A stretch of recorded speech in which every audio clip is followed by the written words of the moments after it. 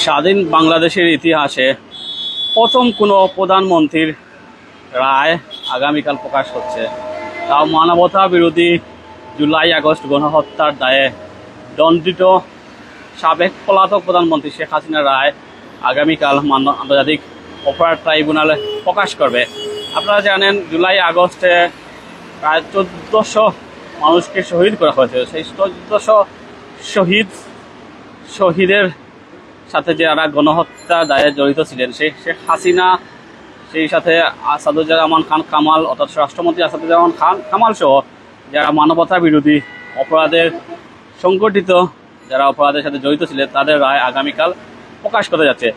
সেই রায়কে ঘিরে আসলে এই মুহূর্তে দেশের আদালত পাড়া বলেন, রাষ্ট্রের বিভিন্ন অফিস আদালত বলেন, সবখানে জল্পনা কল্পনা হচ্ছে আসলে শেখ হাসিনার রায় কি হবে। যদি শেখ হাসিনার রায় মানবতা বিরোধী অপরাধের দায়ে যদি সর্বোচ্চ শাস্তি মৃত্যুদণ্ড প্রদান করা হয়, তাহলে কি শেখ হাসিনাকে ভারত থেকে বাংলাদেশে এনে বিচারের মুখোমুখি করা কি সম্ভব হবে? আমরা যদি ভারতের কথা একটু চিন্তা করে থাকি, তাহলে ভারত যে অবস্থানে যে স্টেটাসে শেখ হাসিনাকে রেখেছে, অর্থাৎ ভারতের সাথে বাংলাদেশের যে চুক্তি আছে সেই চুক্তি অনুযায়ী শেখ হাসিনাকে আনা সম্ভব হলেও আদৌ আসলে বলা যাচ্ছে যে শেখ হাসিনাকে হয়তো ভারত ফেরত দেবে না। এরকম গণহত্যাকারী শেখ হাসিনাকে ফেরত দেওয়ার সম্ভাবনা আসলে খুবই কম। তো স্বাভাবিকভাবে মানুষের মধ্যে জল্পনা কল্পনা হচ্ছে যে আসলে যদি শেখ হাসিনার ফাঁসির রায় হয় তাহলে কীভাবে সেটা কার্যকর হবে। আসলে আমরা যেটা জানতে চাচ্ছি, এই মুহূর্তে প্রায় 1400 মানুষকে যিনি শহীদ করেছেন, সেই সাথে 30,000 মানুষকে পঙ্গুত্ব বরণ করতে হয়েছে, সেই খুনি হাসিনা, ফ্যাসিস্ট হাসিনার রায় আগামীকাল প্রদান করতে যাচ্ছে আন্তর্জাতিক অপরাধ ট্রাইব্যুনাল। আসলে আপনারা একজন সাধারণ নাগরিক হিসেবে আপনারা কি শাস্তি চান? আর মৃত্যুদণ্ড চান, না যাবজ্জীবন কারাদণ্ড চান, নাকি 10 বছর 5 বছরের কারাদণ্ড চান, নাকি কোন ধরনের রায় চান আপনারা একটু জানাবেন। আমরা চাই আপনাদের মতামত আপনারা আমাদেরকে জানিয়ে দিবেন। আমরা প্রাইম সেক্টরের পর্দায় আছি। গণহত্যাকারী খুনি হাসিনা, শেখ হাসিনা, যিনি মানবতা বিরোধী অপরাধের দায়ে দণ্ডিত, তার ফাঁসি হবে কি হবে না সেটা আসলে অনেকটাই সিদ্ধান্ত হয়ে গেছে। তাই শুধুমাত্র রায় প্রকাশের পালা। আগামীকাল রায় প্রকাশ হবে। সাধারণ জনগণ আপনারা শেখ হাসিনার রায় কি চান, শেখ হাসিনাকে আপনারা রায় কি চান সেটা আমাদের জানাবেন। আপনারা জানেন আগামীকাল সকাল হলেই শেখ হাসিনার রায় প্রকাশ করবে আন্তর্জাতিক অপরাধ ট্রাইব্যুনাল। এর ফলে আপনারা জানেন আওয়ামী লীগের যে পূর্ব ঘোষিত কর্মসূচি, অর্থাৎ 13ই নভেম্বর যে কর্মসূচি, যে দেশকে অস্থিতিশীল করার যে কর্মসূচি, সেটা আসলে এই মুহূর্তে চলমান আছে। আপনারা জানেন ইতিমধ্যে ঢাকায় বেশ কয়েকটি বাসে আগুন দেওয়া হয়েছে, ককটেল নিক্ষেপ করা হয়েছে, সেই সাথে বিভিন্ন জায়গায় নাশকতার প্রস্তুতিকালে তাদেরকে গ্রেফতার করা হয়েছে। অর্থাৎ সর্বোপরি বলা চলে যে শেখ হাসিনা পালিয়ে গেলেও শেখ হাসিনার যারা দূষর এই দেশে আছেন তারা আসলে এই দেশটাকে শান্তি শৃঙ্খলার মধ্যে রাখতে চাবে না। যেহেতু কালকেই শেখ হাসিনার অর্থাৎ আওয়ামী লীগের বর্তমান সাবেক প্রধানমন্ত্রী, যিনি বাংলাদেশের বারবার প্রধানমন্ত্রী, শেখ হাসিনাকে গণহত্যাকারী শেখ হাসিনা হিসেবে আখ্যায়িত করে সেই মামলার রায় প্রদান করতে যাচ্ছে আন্তর্জাতিক অপরাধ ট্রাইব্যুনাল।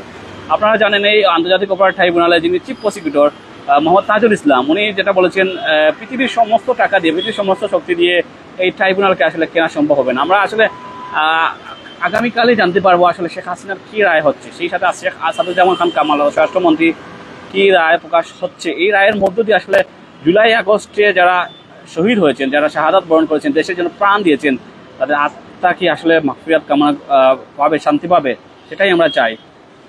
শেখ হাসিনাকে আপনারা কি মনে করেন দেশে ফিরিয়ে আনা সম্ভব হবে? বাংলাদেশের যে প্রচলিত আইন বা ভারতের সাথে বাংলাদেশের যে কূটনৈতিক সম্পর্ক, এই সম্পর্কের দ্বারা কি শেখ হাসিনাকে আনা সম্ভব হবে? আর যদি সম্ভব হয় তাহলে তার কি শাস্তি হওয়া উচিত আর কীভাবে শাস্তি হওয়া উচিত?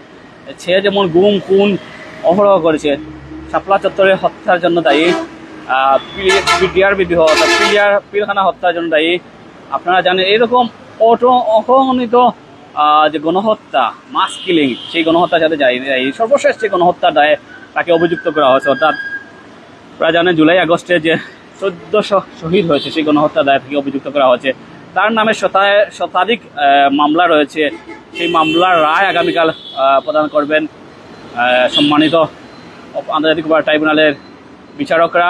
আপনারা জানেন অ্যাটর্নি জেনারেল যিনি মোহাম্মদ আসাদুজ্জামান খান কামাল, তিনি স্পষ্টভাবে বলেছেন কোনো অপরাধী এই আইনের ফাঁক ফোকর দিয়ে বের হতে পারবে না। এই চিফ প্রসিকিউটর বলেন, অ্যাটর্নি জেনারেল বলেন, বাংলাদেশের যে বর্তমানে আইনি কাঠামো, অর্থাৎ সব ধরনের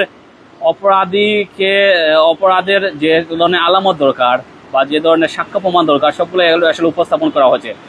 আপনারা জানেন যে যদিও শেখ হাসিনা পলাতক হিসেবে ভারতে আছেন, শেখ হাসিনাকে হাজির করা সম্ভব হয়নি সশরীরে, তারপরেও বিভিন্নভাবে পত্রপত্রিকার মাধ্যমে তাকে আত্মসমর্পণ করার চেষ্টা, একটা বিজ্ঞপ্তি দেওয়া হয়েছিল, কিন্তু সেটা আসলে কার্যকর হয়নি। আপনারা জানেন, আপনারা অনেকেই বলতে পারেন যে গণহত্যার দায়ে তাকে কিভাবে অভিযুক্ত করা হবে, যেহেতু তিনি পেজে উপস্থিত নাই, সাক্ষী যারা আসলে তারা আসলে কতটুকু স্ট্রং।